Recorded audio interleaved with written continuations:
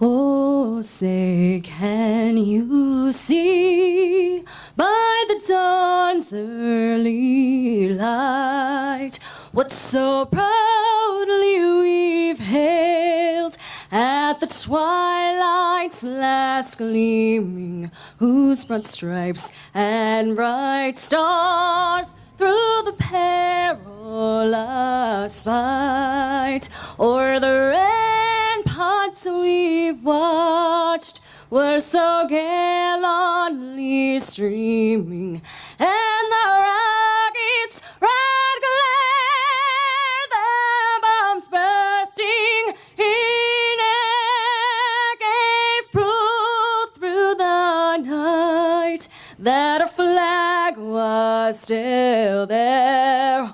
Oh, say does that star-spangled banner yet wave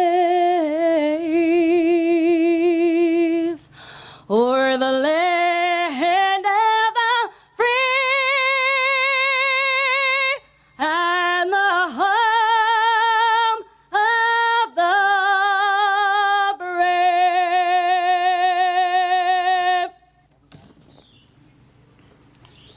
On July 6, 2011, Sergeant Michael Nicholson was on a foot patrol in Afghanistan when he was injured by an improvised explosive device.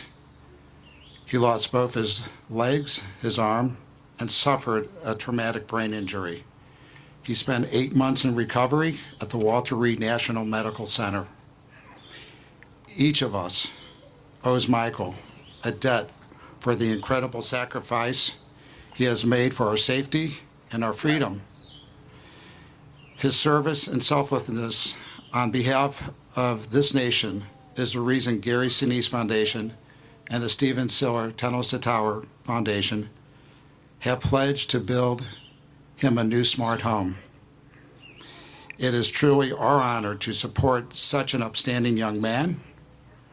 We hope that this home represents in some small way the sincere gratitude that we all feel. Michael, thank you, and God bless you. Good morning, everyone. Thank you for coming out. I really appreciate it. When I first got hit on July 6th, I woke up 5 days later to my mom and dad looking over me in Bethesda, and I knew it was going to be a long, long journey. And when I finally got discharged from the hospital, I asked myself what most guys do, and it's like, what now? What are we going to do now? And thankfully, a couple months later, I got notified that some organization from New York wanted to talk to me, so I was like, okay. And I called them back, and I'm really glad that I did. So the Tunnel to Towers Foundation, Gary Sinise Foundation, Simplify Fund, everyone has been there since the start. As long as you guys, the city of Tampa has been there well from the start. So I can't say enough thank yous. I've been saying it so much lately, and I really just can't say enough how much I appreciate how much everyone has done for me. So once again, just thank you so much. I appreciate it.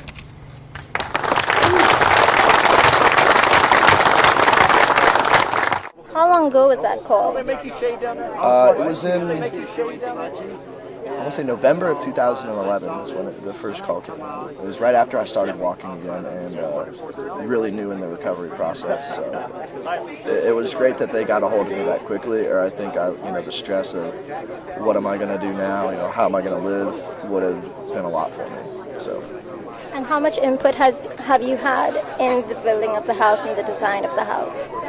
I'm 100% involved in everything from the floors to the cabinets, the overall design of the house. Me and James have been working together. Even when I was up in Maryland, asking me what I wanted. So anytime I would come home on leave, I would stop by the office and give him ideas and stuff that I wanted, and then they kind of designed it around that. Was there one thing in particular you really wanted in this house?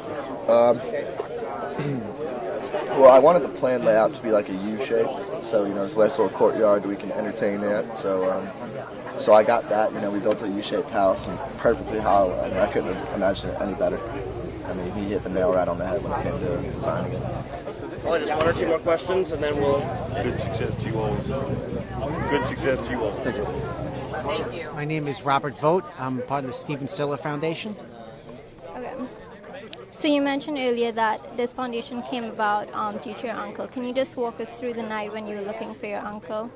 Sure. On September 11th, my uncle was off duty. He was a New York City fireman, and he chose, instead of going to golf with his 3 brothers and go home to his wife and 5 beautiful kids, he chose to go towards Brooklyn Battery, into the Brooklyn Battery Tunnel. He had to run through it with his gear, run 2 miles with his gear, and then go into Twin Towers, and unfortunately perished that day while saving lives in the towers. Okay, and you also went there and searched for him. Can you take us through that when you found out that he was missing, and who went with you in that experience? Yes, I had to report into my firehouse, and then I was assigned to go to the Trade Center, and I knew from phone calls that my uncle was missing. And as the hours went by, I knew, if he was alive, he would have made a phone call somewhere. So in my mind, I knew he was lost. And also I knew that he probably went quick because of the power of the towers coming down. And it was very difficult to try to do my job, try to save lives, help people out, and knowing that he was gone. And also it was horrible because we thought we would find a lot of people that day that were injured. And unfortunately, it was just casualties. So when the foundation began, how has it grown since its inception? It's grown to my mother's dining room table, about 12 of us in the family, to what you see today. It's nationwide. It's amazing. What started it was, instead of grieving for him, we knew that my uncle was a very unselfish person, and he would want to do, at first it started as a children's foundation. My uncle was an orphan because my grandparents died when he was very young, and he was adopted and raised by his brothers and sisters. He was the baby of the family, and we built an orphanage in his name. And then, 2003, the war started in Iraq and Afghanistan. We decided we wanted to help the soldiers now. So, if your uncle was here now, what do you think he would say to Michael and the other men that are being honored by? He would do it in a dramatic way. My uncle was very patriotic. Although he didn't serve in the military himself, he would have, any veterans we had in the family, he always thanked them. He would have definitely loved to be here, and he probably would have helped build Mike's house himself. He would have been here every day until it was finished. That's the kind of person he was. How much involvement does the Siller Foundation take in the design and the making, probably the hiring of the builders? Like how much? Well, the fortunate thing is my uncles and my aunts and my mother are very good at delegating. We pick very bright, intelligent, hardworking people that we pick to choose and to develop each house. Each house is for which each soldier needs. For example, Mike is involved in picking what he wants in the house. We did the Brendan Morocco house in Staten Island. He wanted the garage because he wanted to work on his cars. So it's overwhelming, but the smart thing that we do is we delegate to geniuses at each part of it, building green homes, and all these project managers are wonderful people. And how did it feel to work with Gary Sinise? Gary Sinise is a very unselfish person. He doesn't, even though he's an actor and he's famous, what's amazing about him is he doesn't do this for any fanfare. He actually cares and wants to help raise funds for these soldiers. That's the kind of person he is. Will you be here for the concert tomorrow? Yes, I will. I'm very honored to be here for the concert. I'm looking forward to it. It's going to be a great concert, and I encourage people to go to it. It's going to be a great time. Okay, can you just say for the camera where it's going to be located and what time? It's going to be at the Curtis Hickson Park at 7 p.m. tomorrow. There's still tickets available. And think about having a great time at the concert, and you'll be helping building Michael's house. So I welcome everyone in Tampa to come. Okay, great. Thank you so much.